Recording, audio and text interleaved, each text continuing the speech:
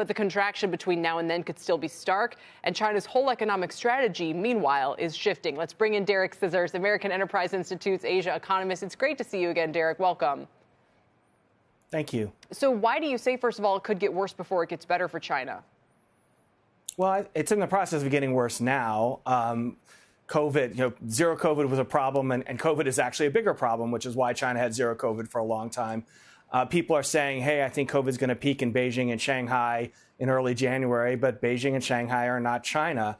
There's still plenty of COVID spread left in cities around the country, and then in in rural areas after that. So we have at least 2 more months of bad economics where work is interrupted.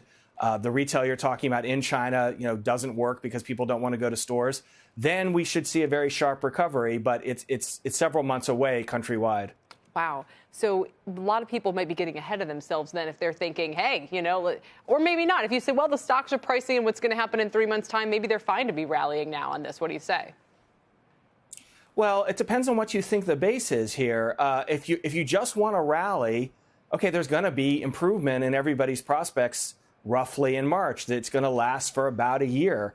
So that's great. But where are you starting from?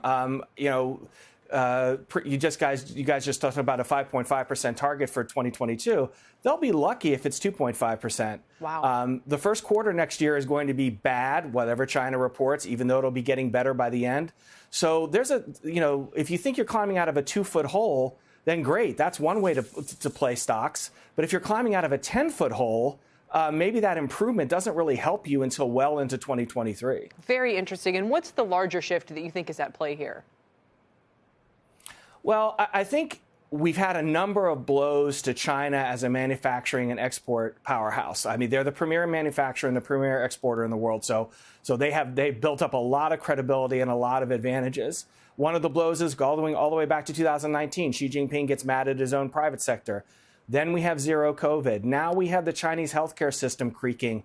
All of these things are what foreign firms, at least, and maybe some Chinese firms are looking at saying, I need to diversify out of China. So the battle the Chinese are going to have is they want control of those supply chains. They want to be the top of the food chain in manufacturing. This is the first time in a while their position's been threatened. They still have some advantages, but we've seen multiple blows to their position in the last 3 years. What should the U.S. do in response to that, do you think?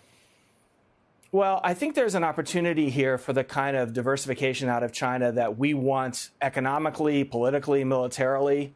And we have to play that right. We have to decide, first of all, what are our priorities? What industries do we want to attract out of China? We've taken a step to that with regard to semiconductors in the Chips and Science Act, which passed Congress earlier this year.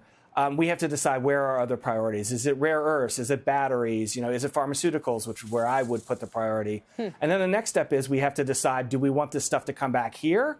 Or is it okay to be made in North America? Is it okay to be made in Australia or someplace else that we consider a friendly country? So there's an opportunity here for the United States, and we have to pick our priorities and who we want to come along with us. Sure, and maybe what we've done on semiconductors is a template of a lot more of those kinds of actions. Derek, for now, thanks. It's always good to hear from you. We appreciate it.